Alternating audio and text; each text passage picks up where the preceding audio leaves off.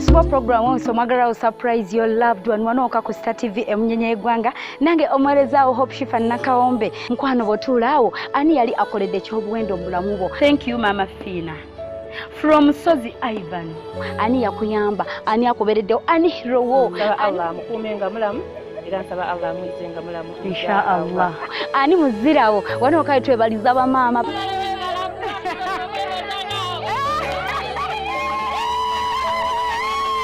Batata bajajja basenga mikwano gyaffe omwami wo. Thank you very much. Your girlfriend, boyfriend wo, fiancé wo, omuntu yenna yenna. Bridal shower, baby shower, chichi birthday surprise, anniversary, engagement, chichi choyagala okwewunyisaamu omwagalwawo mikwano. Mwatu webalije mukama kulize ebintu busamu. Naera yongera ku surprise ng'emirundi esavu musanvu. Wano okawe kikola ku Star TV emunyenye gwanga olunaku lwa Lwakubiri sawa nyeze ekiro ne dduwamu ku kutano ku makya sawa 5. Nange Hope Shifa Nakaombe omwerezaawo tosubwa.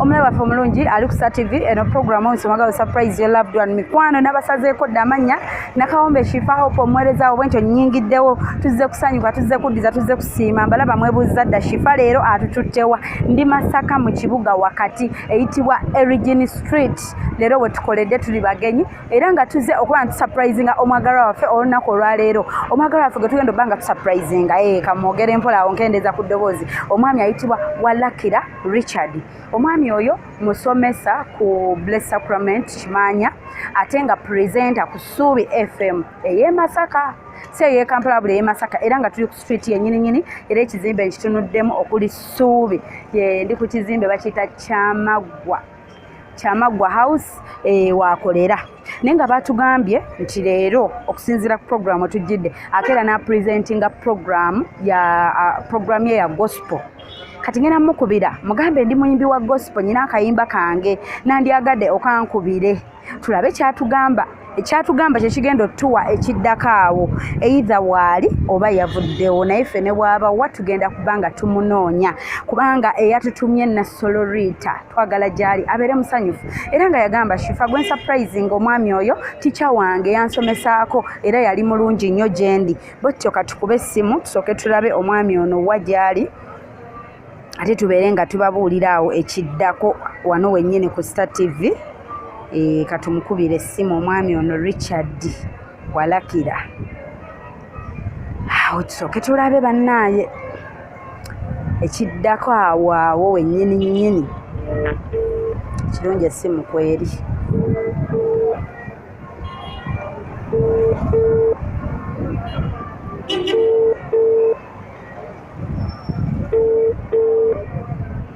Hello?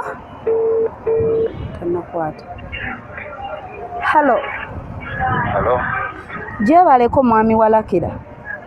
Kale nyabu nawe jeba. Kale sebo. Kakati Ani ono gwenjogera naye. Nze mpitibwa Hope. Baba waliwo akayimba kange bambi kembadde njagala nkuwe okawuliremu. Tulabe ekyetaagisa. Nasaba okankubireko ka gospel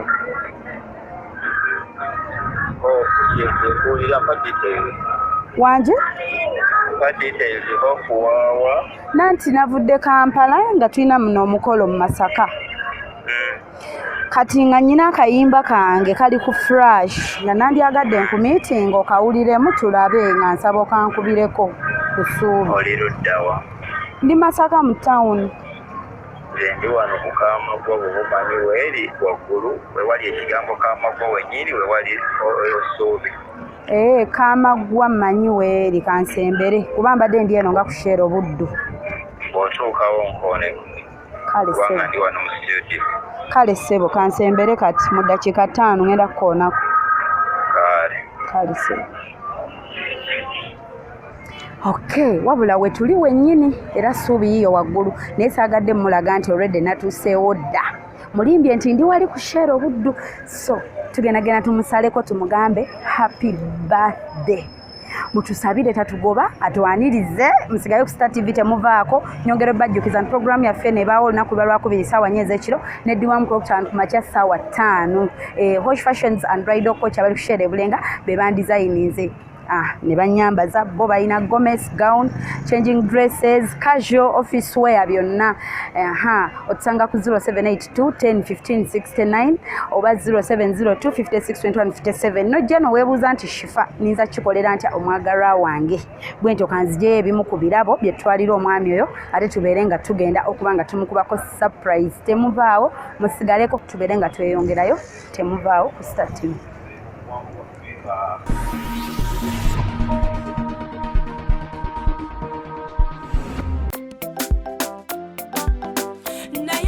Surprise ataka tazileta hatataka ondinanze hokoza birungi kyenda sobi aibine birungi rwenda kulukumi kuwadde rwenda olwobulabo bwakumukumu butona busurprise ekisooka wantegera okuva ku kagere mpaka ginkoma kyokumwanono balyawo naleta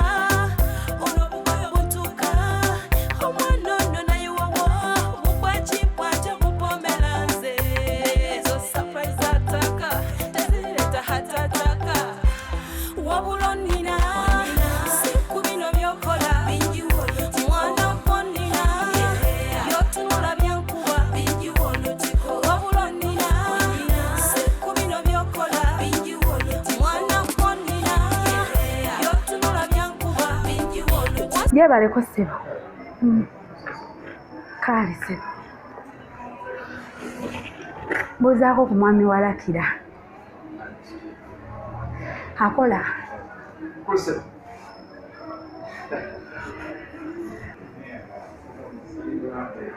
wanje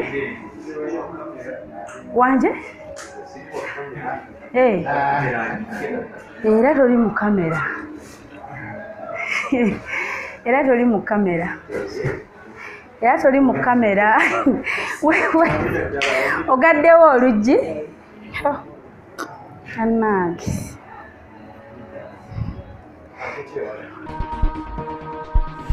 twetwagala ku mwami Walakira nyabo anti kankunnyonnyole twetwagala ku mwami Walakira gwe twali tujiridde yabadde birthday ye nga twagala mu surprisinga tamanyi so it's just a surprise ne cake yino eriko happy birthday tetulina buzibu bwonna. Is it okay? Anti surprise. Yes, fine. Yeah, birthday surprise. Nenga tutegedde ekibadde kigenda maaso. Kyekyo kati ekigenda maaso. Yebaleko ssebo. Faza Loise, baneja, olugidde ddala mbadde nga nakukubira ssimu.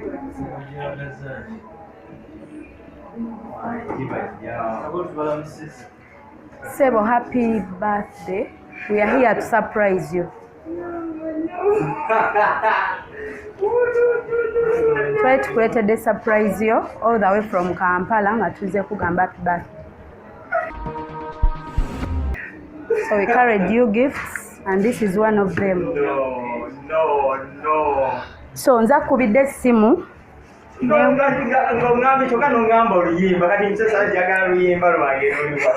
Kugambye ennyimba gospel. Yes. Kale jatule. No, it's okay. Kwa tumusanze ku mulimo. Bane tuli so sorry about all this. Naye omuntu tumusanga wonna wali. So we expected you okubeera ku ssomero ekimanya, okubeera ku church oba wano. Naddala nga lunaku bwe luti. Anti surprise. Yes, nenga kwekala like ye yandibadde surprise. Anti muyinza omubbirako. Naye tusonyiwe mukwano. Yeah, but it is overwhelming. It is too much on me because, of course, however much I see enough take it away would.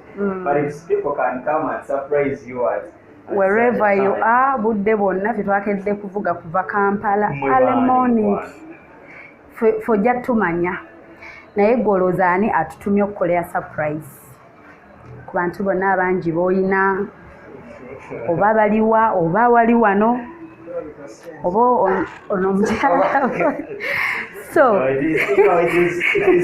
it is beyond say siyinza nakukitegeera kubanga I'm so gratified simanyi bangi siyinza kulimba you can't mention kyemmanyi obadde ogenda kumpe oddayo okukola so ate nange omuntu simumanyi nina like nyinsoba mukubira n'atubuulira ye yaani kuba nange omuntu antuma butumi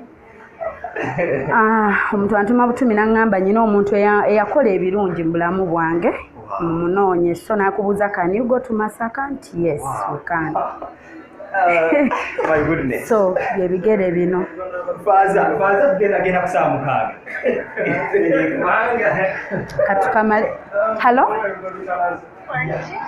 kati wuno omuntu ku ssimu naye ogenda kwongezaako ku ddoboozi kuba we tuli waliwo ko noise twagala kumanya tuli ku mulimu tuli ku studio Walakira Richard kati mugambe gwani atutumye Walakira nze bampita Ritah. Oh my god Ritah oli ludda wa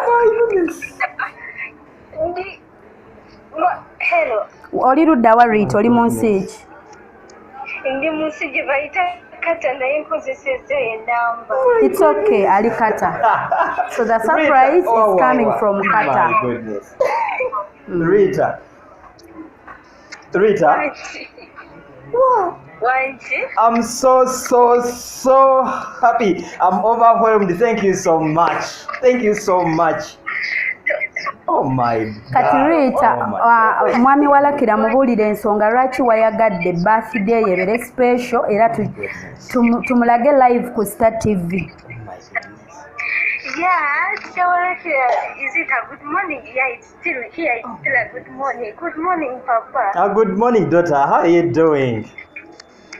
I'm okay. How are you doing? I'm so happy. Yesterday I felt so sorry. I felt disappointed. I felt so sorry.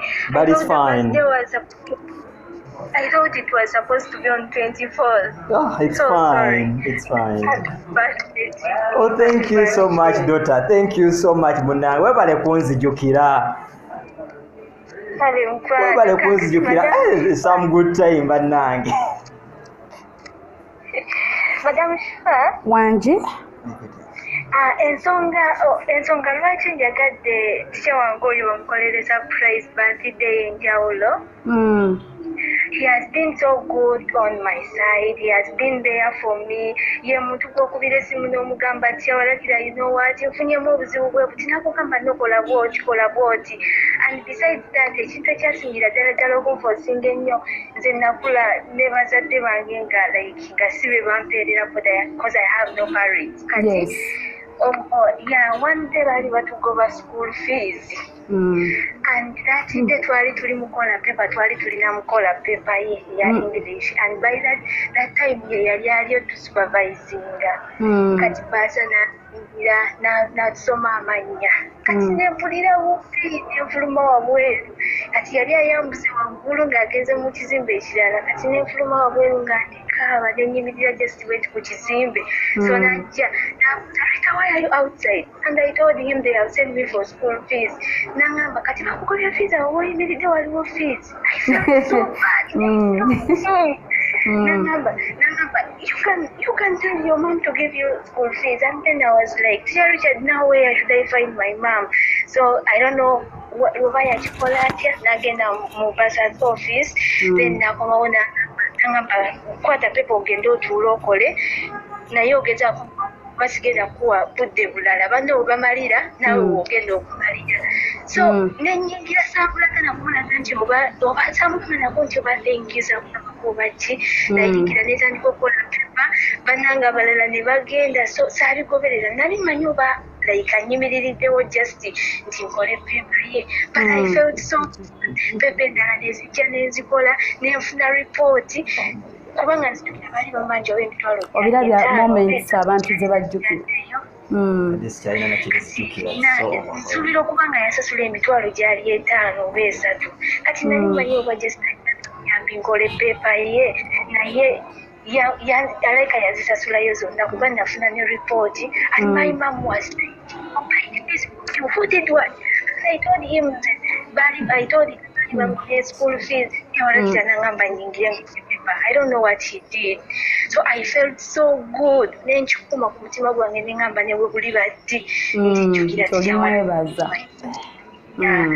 And another thing, era twalinga tubeera mu kirasi tisha oyo sijja kumwerabira ye tisha omanyishi fa bino ebintu by'okubeera mu second obeera olaba okuze ng'oli malala Walakira oyo yanzizangamu waaka sirerabira olunaku lwe yanzizamu waaka emirundi 3 ng'alaba ebintu sibimanyi kyokka ali kungamba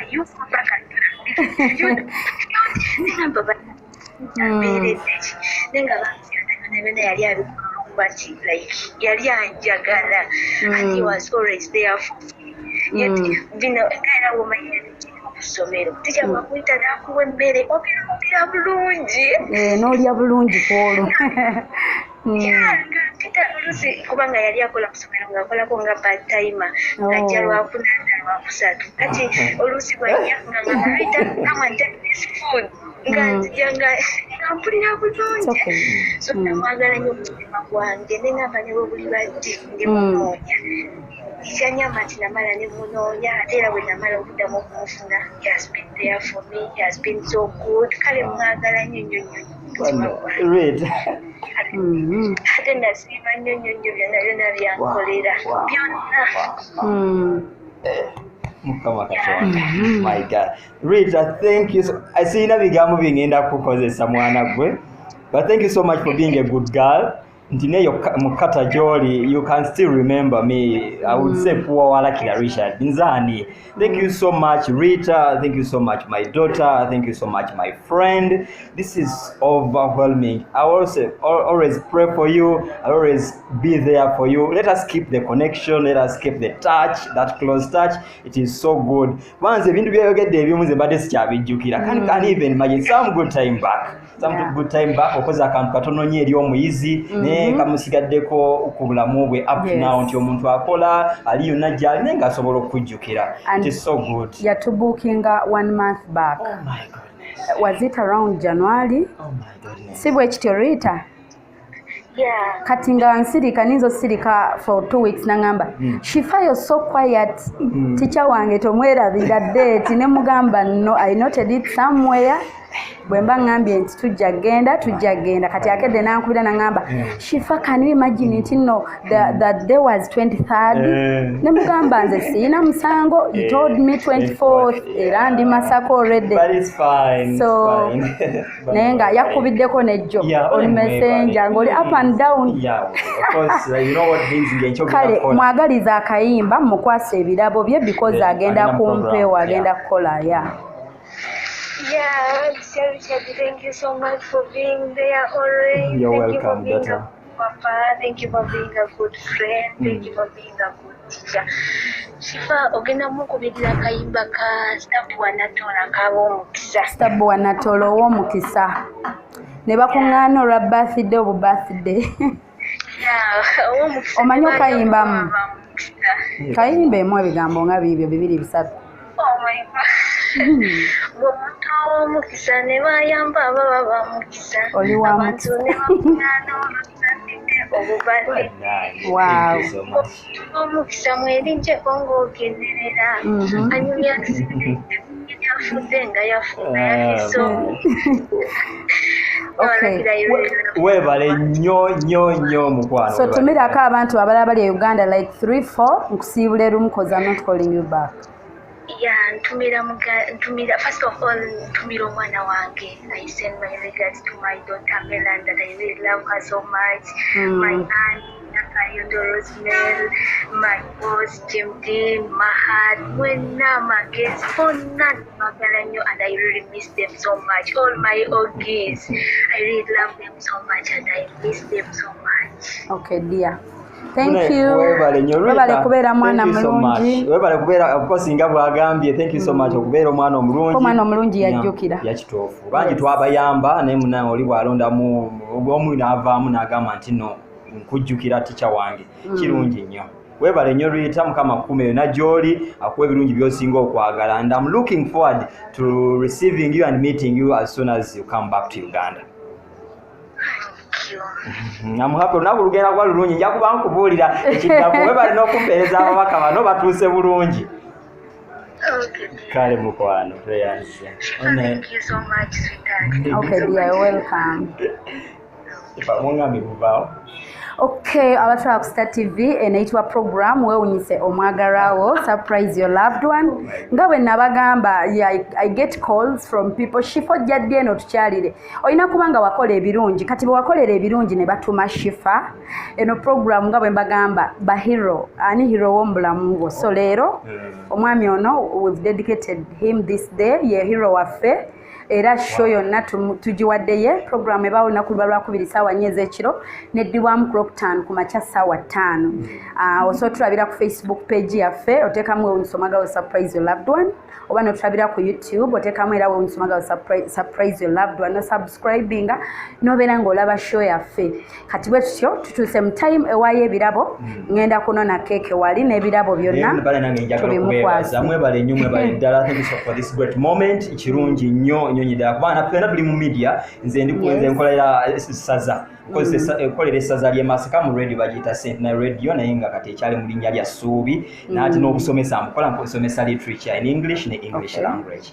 Kati omwana oyo ndowooza kwe kunzijukira bantu. Era obwedda tukujjukira tusuubira ku ssomero oba ku kyaki. Era adde amanyi omala ssaawa 4 program. So akayimba ow'omukisa kabanyumira ate tukomewo nga tumukwasa ebirabo tube nga ate tubasiibula. Akayimba kabanyumira kana Tolostabua ow'omukisa. Kwe kati.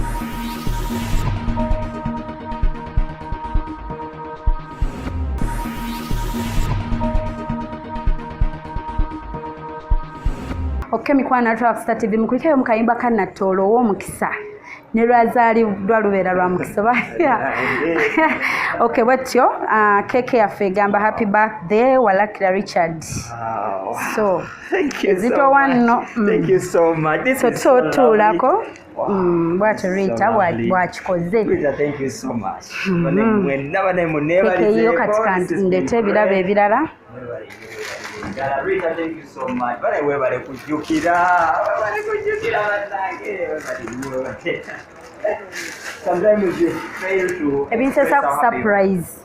Aba yakutumye obunkenke bwabaako pressure. Shifa tunakikola, Shifa bannange munaamulaba.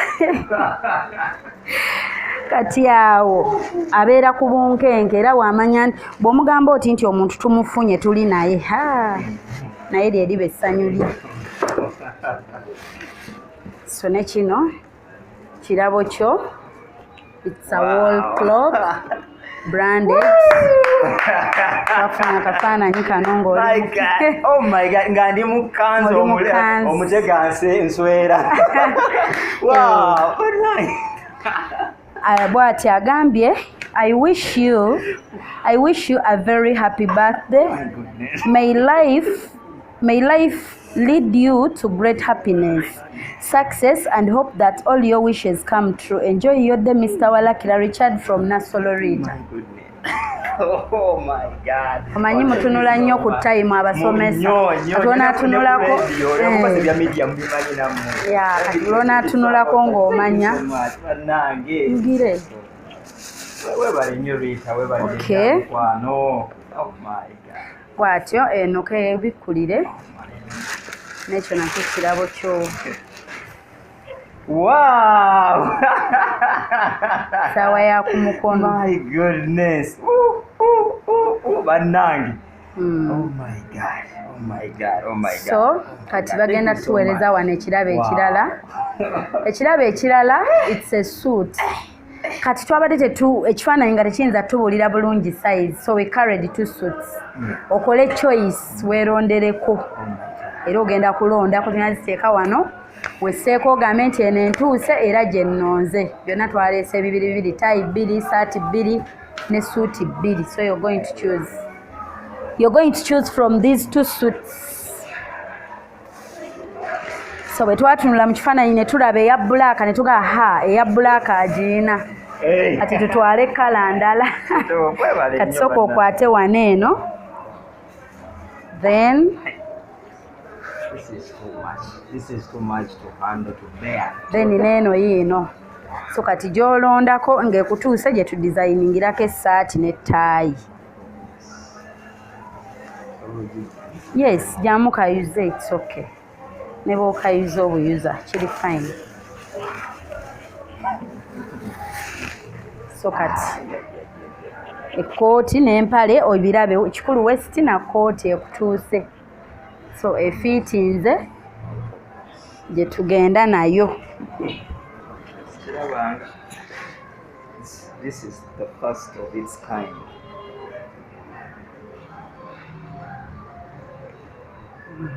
Eyo sayizi eri etya?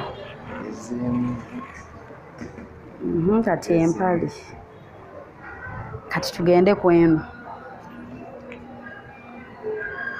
Kati tulabe eno.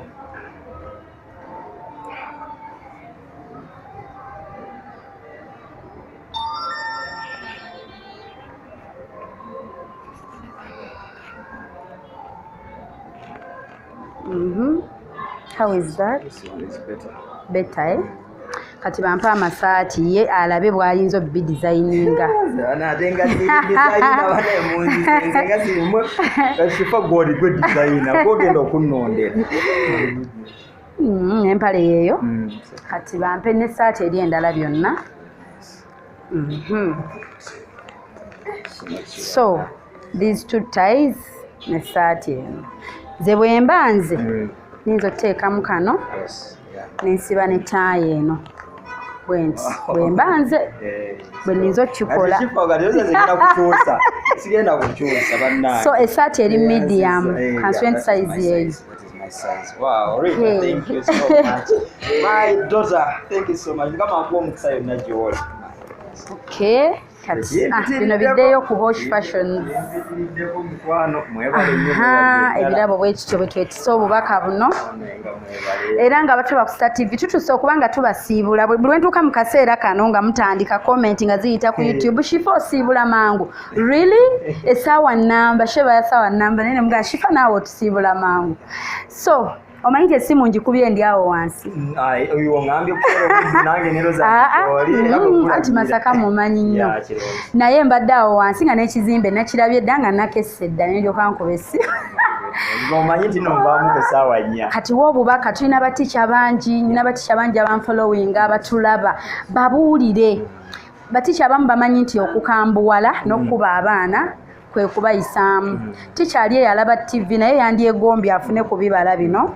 So tuwa obubaka abatulaba Star TV kwe tuli. Emikwano mwenna abalaba Star TV mwebale nnyo mwebale ddala okwagala programu eno mwebale nnyo okwagala okuwagira Star TV n'ebikolwa byayo byonna bana mwebale nnyo nyinyi ddala. Twagala okubeebaza abateeka ssente mu programu yaffe eno mwebalire ddala.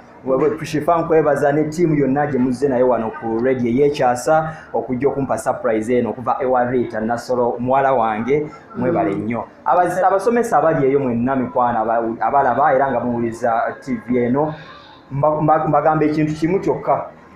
Buli kintu kye tukola eri abaana bano bakitwala nti nsonga oba kibi oba kirungi. Kakati weebuuze nti nno biki by'osinga okukola? Osinga kukola bibi eri abaana oba osinga kukola birungi? Ate n'obuntu obutono bwe tukola nze kino leero kindaze nti nno buba bwa muwendo busigala nga bwa muwendo mu bulamu bw'abaana bano. Oba obwerabidde kati nze mbadde sikyabijjukira story zonna fresh mu bwongo bwe ate nze nazeerabira. So mbakubiriza abasomesa abali eyo abayigisa abali eyo bannange abaana bano tubakwate ng'abantu abalala bonna tubakwate ng'abantu tuleme babonyabonya. Kijja kubeera kibi nnyo omusomesa okulaba omwana oyitaayita omwana n'akwekweka bwekwesi mu kifo ky'okujja n'agamba nti nokikola omusomesa wange. Basawuuyo n'odduka nebwekweka tangoba. Naye bannange abasomesa abakulu b'amasomero mwenna musobole mugoberere nnyo ebigenda mu maaso mu masomero mubayambeko nnyo. Kati omwana ajjukidde fees nenze mbadde sikyazijjukira mwattu naye nga bambi mwebale nnyo abasomesa mukole omulimu mbeere bazadde mubere bazadde eri abaana ate mwe abamala obudde obungi n'abaana ddala abaana ba boarding school bagamba nti akantu ali omwana ku ssomero nga ye amulemeredde n'amanya nti mwe mugenda kukwasaganya byonna so tekikoma ku blackboard wokka but neneeyisa endala nabiki onoyingira mu bulamu bwe ekisigala nga kimugenderako obulamu bwe bwonna naye nga yo surprise ogirabye otyaze surprise nnungi nnyo bane mugende maaso aba Star TV mwebale nnyo Shifa webale nnyo okubeera mulungi webale okubeera musanyufu ne ttiimu yonna gyozze nayo nze njagadde oba nange nzija thank you okay tujja kwaniriza jangu naye nga mwebale nnyo njagadde tumirako n'ebirabo babirese tumirako nsookera ddala okutumira omwana wange Ritah Nasolo ankoledde surprise eno birthday surprise webale nnyo webale ddala ntumira of course ajja kuba muzzukulu wange muwala wa Ritah Nasolo naye nkutumira abalabi ba Star TV mwe namba tumira abakozi bannange wano ku radio y'ekyasa radio y'essaza eri Masaka batumira mwebale nnyo okutubeerawo mwebale kubeera nga mukola nga famire abakulembeze b'essaza eri Masaka abatuwa emirimu bannange mwebale nnyo mwebalire ddala namwenna abatulaba abatuwuliriza abatuwagira embeera yonna abasomesa bange bensomesa nabo ku Blessed Sacrament SS Kimanya mwebale nnyo mwebalire ddala omulimu gwe mukola mbaagala nnyo era nembaagaliza mikisa gya Katonda mu byonna bye mukola mukama muteeke mu kifo ekisooka naye ajja bateeka mu kifo ekisooka mbawe emikisa Amina.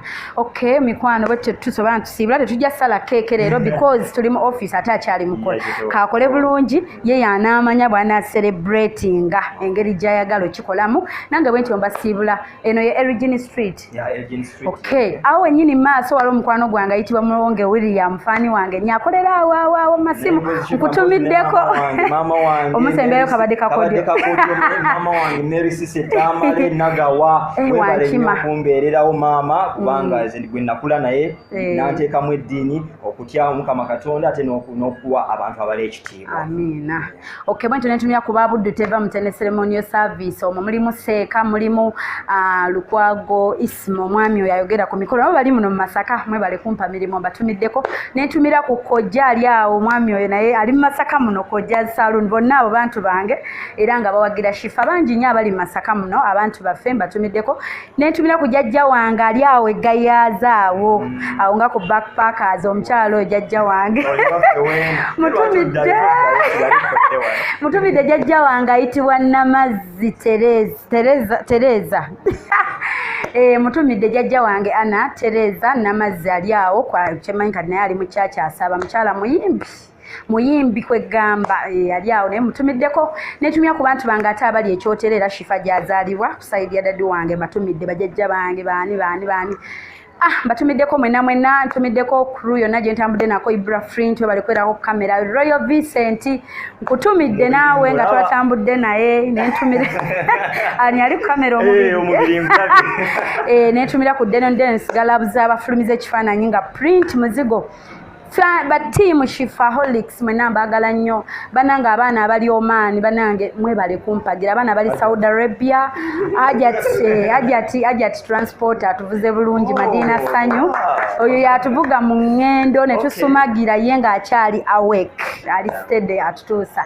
Okay, mikwano mwena tubaagala nnyo ate twebaza Suubi mwebale tukyaza mwebale twaniza omanyi naffe tukyala bubi engwa gye tugwa naye bino byonna tuba tubisuubira okunyiiza abantu basanyusa engwa yaffe tewamaanyi naye tetulina kyakikolera we gutyo omulimu gwe gututuma omwami oli yaani kyalimpa gift Chaz tweyanziza gwe tutuukiddeko ddala badde nzija bante nga tufudde tabanga ye mwami ate gwe tunoonya naye nezuka ekifaananyi nga si ye naye tweyanziza otwaniriza yatugambye kamubayitire ayike ebya surprise abitegeera.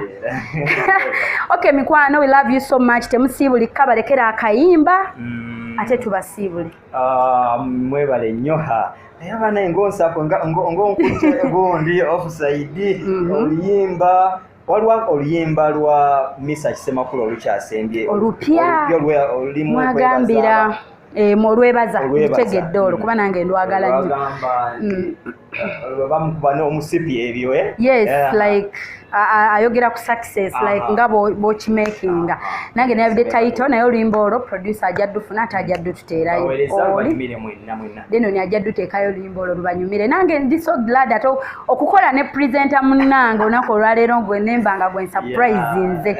We love you so much. I salute yongera bagamba Hosh Fashions and Bridal Culture Shell Ebulenga be batu designing esuti zino engoye zino zonna be batunyiriza nenzija ate mu maaso gammwe nga ndi smart manyi ndi smart.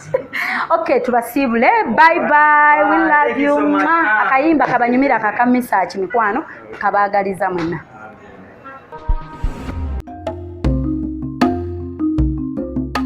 Tosuba program onso mwagala surprise your loved one wanoka ku Star TV emunyenye egwanga nange omwerezaawo Hope Shifa Nakawombe nkwano botulaawo ani yali akoledde ekyobuwendo obulamu bwo. Thank you Mama Fina. From Sozi Ivan ani yakuyamba ani akubereddewo ani hero wo. Allah mukumenga mulamu era nsaba Allah mwizenga mulamu insha Allah. Ani muzirawo wanoka twebaliza ba mama.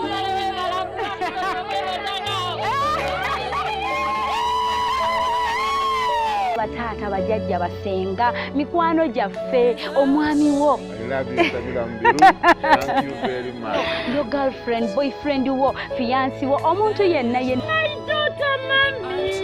Bridal shower, baby shower, chichi birthday surprise, anniversary, engagement, chichi choyagala okwewunyisaamu omwagalwawo mikwano. Mwatu webalije mukama akulize emirundi musanvu naye era yongera okusurprising emirundi ensanvu musanvu. Wano wekikola ku Star TV emunyenye eggwanga olunaku luba lwakubiri ssaawa 4 ekiro ne ddwamu ku 5 kumakya ssaawa 5. Nange Hope Shifa Nakawombe omwerezaawo tosubwa.